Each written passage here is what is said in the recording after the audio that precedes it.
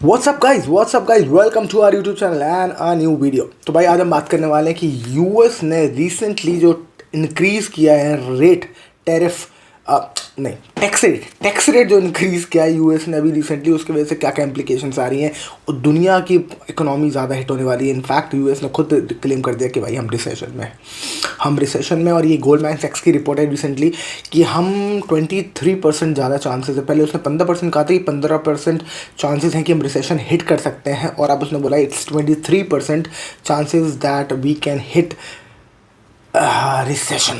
तो समझने की कोशिश करेंगे क्या इम्प्लीकेशंस होती हैं, क्या होता है इंटरेस्ट रेट, क्यों बढ़ता है, क्या दिक्कत आती है इंटरेस्ट रेट जब भी बढ़ता है, और हमें इस वक्त क्या करना चाहिए, हम किस तरीके से तैयार रह सकते हैं यूएस के रिसेशन की वजह से। क्योंकि यूएस में अगर रिसेशन आएगा तो वो इंडिया पे भी इम्पैक्ट करेगा। इनफैक्ट कहते हैं कि यूएस को जुकाम होता है तो पूरी दुनिया, यूएस अगर छींकती है तो पूरी दुनिया को जुकाम हो जाता है। ये है एग्जैक्ट कोट। तो भाई ये क्यों होता है तो हम समझने की कोशिश करेंगे, क्योंकि पूरी दुनिया की इकोनॉमी जो है वो यूएस से काफ़ी इंटरलिंक्ड है। तो देखेंगे यार, तो हम इंटरेस्ट चेंज हुआ है, करा है, इंटरेस्ट बढ़ाया है रिसेंटली टू कंट्रोल इन्फ्लेशन। अब हम समझने की कोशिश करते हैं कि इन्फ्लेशन को कैसे कंट्रोल करता है। अगर देखा जाए तो यूएस अगर इंटरेस्ट रेट बढ़ाती है, मतलब कि अपने जो बैंक्स जो पैसा लेंड करते हैं उसका इंटरेस्ट रेट बढ़ा दिया, तो इंटरेस्ट रेट अगर बढ़ता है, बैंक जो पैसा लेंड करते हैं उसका, तो उससे इन्फ्लेशन का क्या कंट्रोल होता है। तो इसको समझने की कोशिश करो आप सिंपल भाषा में कि जब आप इंटरेस्ट रेट ज़्यादा बढ़ जाएगा तो लोग बैंक से पैसा कम लेंगे। जब कम लेंगे तो उससे क्या होगा, उससे ये होगा भाई साहब कि लोग खर्चा कम करेंगे, क्योंकि अब लोगों के पास पैसा कम है, क्योंकि वो एक्स्ट्रा पैसा बैंकों से नहीं ले पा रहे हैं। तो जब लोगों से पास एक्स्ट्रा पैसा होता है, कुछ वो कमा रहे होते हैं, कुछ वो बैंकों से लेते हैं लोन, तो वो जब दो जगह से इनकम आने लगती है उनकी, तो वो पैसा उनका खर्च करना बढ़ जाता है। जब वो सिर्फ सैलरी पे डिपेंडेंट हो जाते हैं या बिजनेस पे डिपेंडेंट हो जाते हैं और उनके पास एक्स्ट्रा जो लेवरेज करने की जो पॉसिबिलिटी है वो कम हो जाती है, यानी कि बाहर से आप पैसा इंटरेस्ट पे नहीं ले सकते हो, तो वो बिजनेस भी अपना लिमिटेड अमाउंट में करते हैं। तो उससे क्या होता है कि उनके पास जो पैसा खर्च करने की क्षमता है वो कम हो जाती है, तो पैसा वो खर्च कम करेंगे। इससे ये होगा कि जो इन्फ्लेशन है, यानी कि चीज़ों का जो दाम बढ़ रहे हैं, वो तो कंट्रोल में आएंगे। तो पहला पॉइंट कि कंट्रोल करने के लिए इन्फ्लेशन, ये पूरा जो एक्टिविटी है यूएस जो है वो रेट इंक्रीज़ करता जा रहा है। अब जो देखा जाए तो उससे दूसरा एक फ़ायदा क्या है, दूसरा एक प्रॉब्लम क्या है, दूसरा एक प्रॉब्लम है कि जो लोग पहले स्टॉक मार्केट में पार्टिसिपेट करने चाह रहे थे, अब वो बॉन्ड खरीदेंगे। इससे एक और फ़ायदा क्या होता है, बैंक्स को और फेड को, जो फेड इंक्रीज़ करता है इंटरेस्ट रेट, उसको ये फ़ायदा होता है कि जब भी वो बॉन्ड इशू करते हैं अच्छे इंटरेस्ट रेट पे, माने कि जब इंटरेस्ट रेट बढ़ गए बैंकों के, तो बॉन्ड के इंटरेस्ट रेट भी बढ़ गए। तो बॉन्ड के जब इंटरेस्ट रेट बढ़ जाएंगे तो लोग स्टॉक मार्केट से पैसा निकाल के बॉन्ड में इन्वेस्ट करेंगे, क्योंकि वो ज़्यादा सेफ इंस्ट्रूमेंट है। वहाँ उनको 8-9% मिल जाएगा, तो वो कहेंगे यार हमें बॉन्ड में 8-9% मिल रहा है, सेफ्टी के साथ हम क्यों पंगा लें इंटरेस्ट रेट, क्यों हम स्टॉक मार्केट में इन्वेस्ट करें, क्यों हम ज़्यादा के लालच में पड़े। तो लोग पैसा लेके उनसे बॉन्ड खरीद लेंगे। इससे क्या होता है, जब भी लोग बॉन्ड खरीदते हैं तो जो पैसा है वो खरीदेंगे किससे, बॉन्ड। जो बॉन्ड इशू करने वाला कौन है, गवर्नमेंट ऑफ यूएस गवर्नमेंट। तो जो फेड है, जो वहाँ का सरकारी बैंक है, जो मेजॉरिटी बैंक, जैसे हमारे आरबीआई, वैसे वहाँ का जो फेड है वो बॉन्ड इशू करता है, और वो बॉन्ड खरीदता है कौन, हम लोग। और यानी कि बड़े जो दूसरे इन्वेस्टर होते हैं वो बॉन्ड खरीद लेते हैं, और उससे क्या होता है कि वो बॉन्ड जब खरीदते हैं तो पैसा वो जाता है सरकार के हाथ में। तो सरकार पैसा जब ले लेती है लोगों से और बॉन्ड उनको इशू कर देती है, तो मार्केट का जो पैसा है वो धीरे धीरे सरकार के हाथ में आता जाता है, और सरकार के पास सरप्लस कैश हो जाता है। तो सरप्लस, जब भी सरकार के पास कैश नहीं है तो सरकार क्या करती है, बॉन्ड इशू करके कैश अपने पास इकट्ठा करने की कोशिश करती है। अब इस कैश का सरकार करेगी क्या, पहली बात, एक तो सर्कुलेशन में कैश की कमी हो गई, यानी कि जो लोगों के पास अभी मार्केट में कैश था वो सरकार के पास आ गया, तो सर्कुलेशन में कैश की कमी। किसी भी चीज़ की, जब किसी चीज़ की कमी हो जाती है तो उसकी प्राइस, उसकी जो प्राइस है वो बढ़ जाती है, यानी कि यूएस डॉलर की जो प्राइस है वो थोड़ी बेटर हो जाएगी, थोड़ी स्ट्रांग हो जाएगी, राइट। तो करेंसी की वैल्यू आपकी अप्रिशिएट हो जाती है, मतलब कि चीज़ों की जो वैल्यू है वो कम हो जाती है। तो आप ऐसे समझो कि जब लोगों के पास पैसे कम होंगे तो वो मार्केट में ख़रीदने नहीं जाएंगे, जब खरीदने नहीं जाएंगे सामान, तो जो लोग हैं जो बेच रहे थे, हर चीज़ को महंगा कर बेच रहे थे, वो अपने प्राइस कम कर लेंगे। तो इस तरीके से जो इन्फ्लेशन है, जो कि प्राइस राइज हो रहा है हर चीज़ का, वो कंट्रोल में आएगा। दूसरी बात, लोग जो सरकार के पास जब ज़्यादा पैसा आ जाएगा हाथ में, तो सरकार क्या करेगी, अपने ज़्यादा जो प्रोजेक्ट्स हैं वो पुश कर सकती है, ज़्यादा प्रोजेक्ट्स नए लॉन्च कर सकती है, तो क्योंकि उनके पास अब ज़्यादा कैश है देने के लिए, राइट।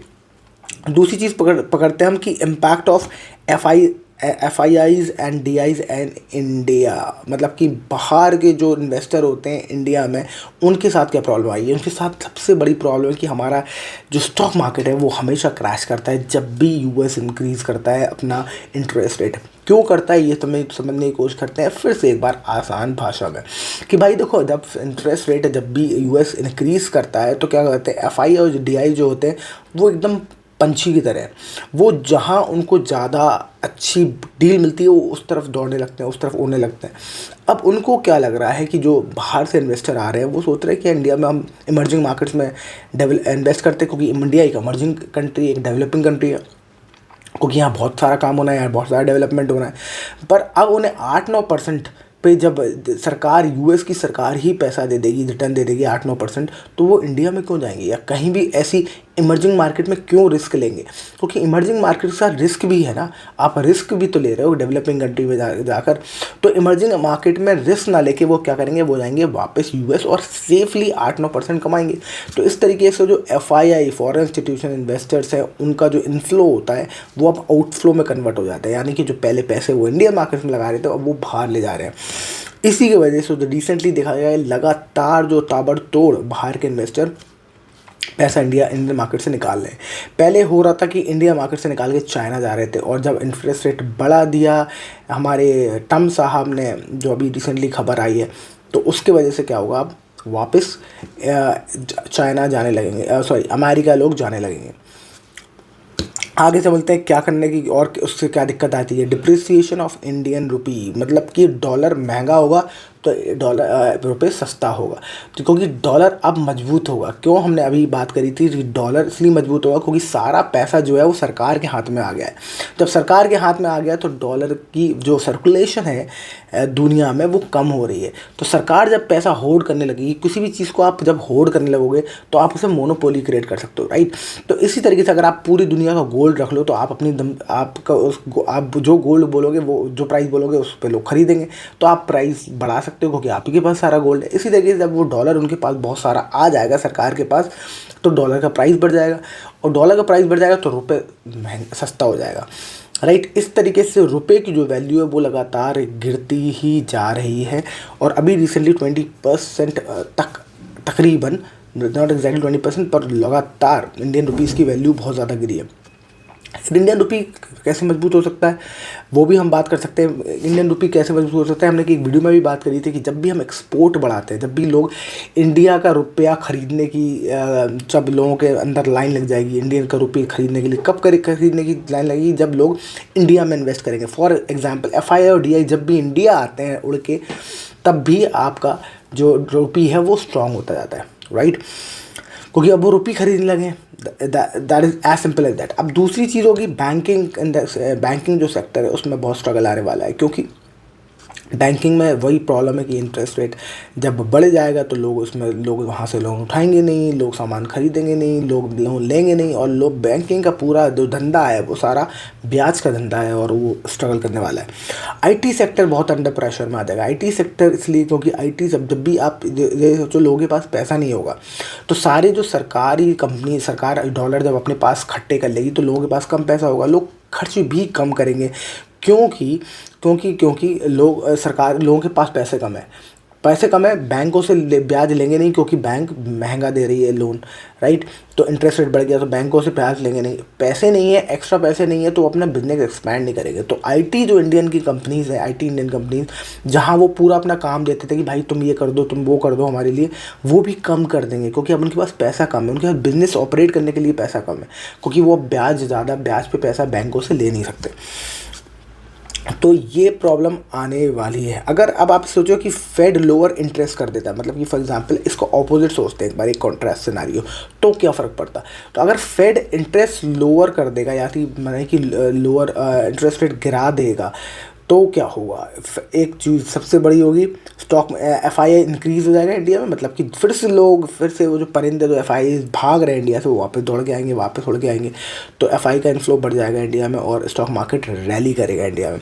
दूसरा INR इंडियन नेशनल रुपी स्ट्रांग होना लगेगा दोबारा, क्योंकि लोग जब इंडिया आएंगे तो इंडियन रुपी खरीदेंगे ना, क्योंकि इंडिया में उनको इन्वेस्ट करना है। तो बैंकिंग और NBFCs जो है उनको प्रॉफिट होना स्टार्ट हो जाएगा। इनफैक्ट IT एंड फार्मा में आपको ग्रोथ दिखेगा, क्योंकि IT और फार्मास्यूटिकल्स बहुत बड़ा इंडस्ट्री है जो केटर करता है US को। तो IT और फार्मा एक तो सबसे बड़े इंडस्ट्रीज़ हैं जो US को केटर करते हैं, और US में बहुत सारा बड़ा बिजनेस हमारा क्या कहते हैं, हम एक्सपोर्ट करते हैं। IT सर्विसेज एक्सपोर्ट करता है, फार्मास्यूटिकल्स फार्मा जो सेक्टर है वो दवाइयाँ एक्सपोर्ट करता है।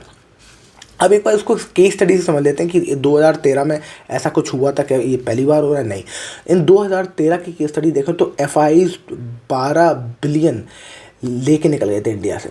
उस टाइम पे भी हुआ था, क्या हुआ, इंटरेस्ट रेट बढ़ाए US ने, 2013 की बात कर रहे हैं हम। और उसके बाद क्या हुआ, रुपी का जो फॉल है वो 20% दिखा, सेंसेक्स 10% गिरा, और बैंकिंग और NBFCs क्रैश हो गए। बैंकिंग, और जब जब ये बैंकों में घोटाला दिखने लगे, जब जब प्रॉब्लम आने लगे, जैसे कि अभी रिसेंटली इंडसइंड बैंक में आई, तो आप समझ जाओ कि हाँ भाई बैंकिंग में प्रॉब्लम आ रही है। राइट, आगे चलते हैं। मार्च में 2022-23 में भी यही सेम देखने को मिला। फेड ने हाइड किया इंटरेस्ट रेट दोबारा 2022-23 में, और FI जो है इंडिया से वो 20 बिलियन लेके फिर फरार हो गए।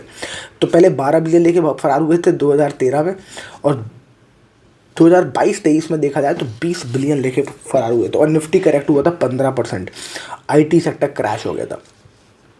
तो अब ये समझ में कि लगातार अगर निकल ही रहे हैं तो FIs आ कब रहे हैं इंडिया में, फिर इतना पैसा कहाँ से इन्वेस्टेड है इंडिया में, क्योंकि FIs तो लगातार निकलने वाली बात कर रहे हैं।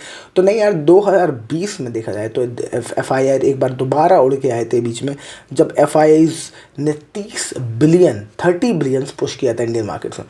तो FIs का लगातार आना जाना बहुत कॉमन सी बात है, और ये हमेशा होता रहता है।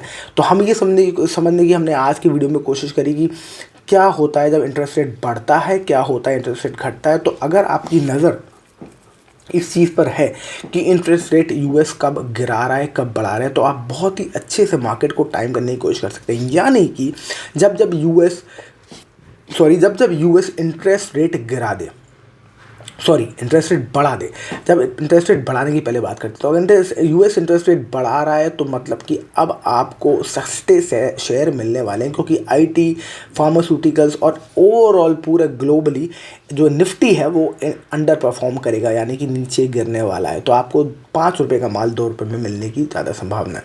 तो आप कोशिश करिए, जब भी याद करिए, मतलब ध्यान रखिए कि जब जब US से क्या कमेंट्री आ रही है, अगर US का आपको लगता है कि उसको जुकाम होने वाला है या ये छींकने वाला है, तो आप अपने पास कैश लेके बैठिए।